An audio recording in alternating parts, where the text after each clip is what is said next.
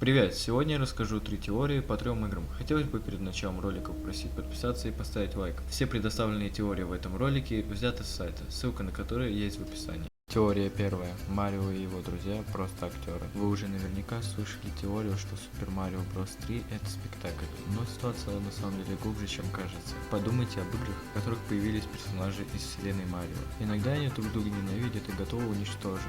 Сейчас зарежу нахуй! Даже Марио и Луиджи готовы вырвать друг другу глотку в игре Марио Пари и Марио Карт, а иногда они помогают друг другу. Баузер — положительный персонаж в игре Super Mario RPG. Объяснить отсутствие единой логики можно только тем, что персонажи актеры. И к слову, уровни Super Mario 64 называют эпизодами, как серии невероятного японского телешоу. И давайте не будем забывать про Super Mario Bros. 2, игру, которая никаким образом не связана с другими играми серии. Словно Дэвид Линч вдруг оказался режиссером игры и превратил ее в кошмарный сон любителей галлюциногенных грибов. В нескольких играх можно даже встретить летающую съемочную группу, например в игре Mario Kart или Mario 64, который снимает происходящее с нарисованных облаков, словно фильм с шоу Трумана. Теория вторая.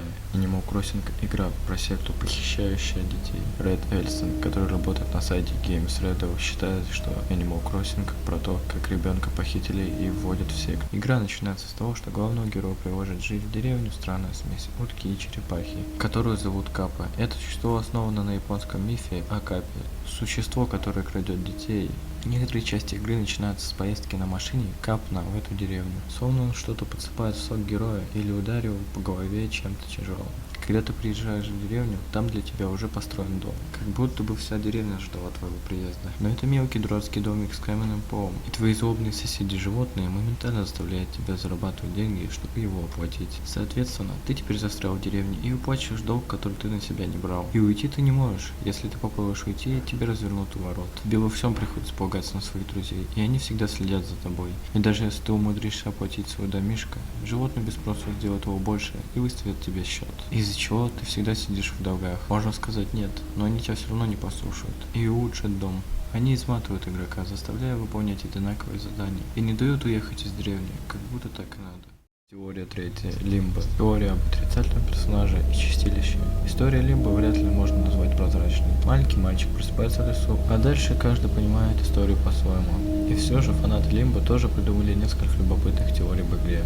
Первое предположение о том, что главный герой находится в чистилище, а его приключения имеют цикличный характер. На это якобы намекает финальная сцена, которая очень похожа на начальную. К тому же в обоих случаях применяется один и тот же видеофрагмент. Вторая теория поинтереснее. Предполагается, что мальчик является отрицательным персонажем. На это косвенно указывает жестокая расправа над пауком в первой половине игры. Ему оторвало лапы одну за другой, а затем катили его брюшко дальше по уровню. Подкрепление приводит в тот факт, что паук на самом деле даже не был противником и хотел лишь оградить героя от опасности, подстегивающих на каждом шагу. Собственно, поэтому мальчика не убивают при первой встрече, а лишь помещают в кокон. В конце концов, сопоставление кадров из финальной сцены с главным меню намекает на то, что оба персонажа, и герой, и его сестра, мертвы. Об этом говорят две стайки мух над их головами. А что если юноша убил свою сестру и поэтому несет заслуженное наказание, раз за разом спасая ее?